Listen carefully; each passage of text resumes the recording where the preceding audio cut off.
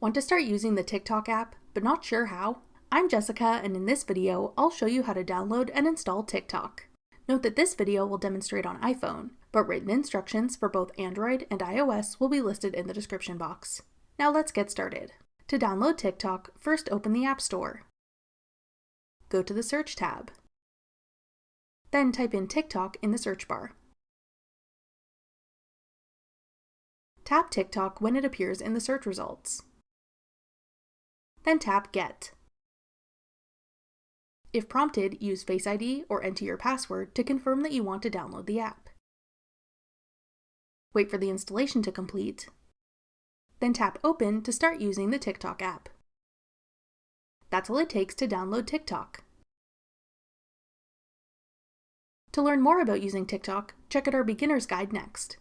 Click the video on your screen now to watch. Thanks for watching. If you found this video helpful, we'd love it if you'd hit the like button below and subscribe to our channel. We put out great new tech tutorials like this one every day.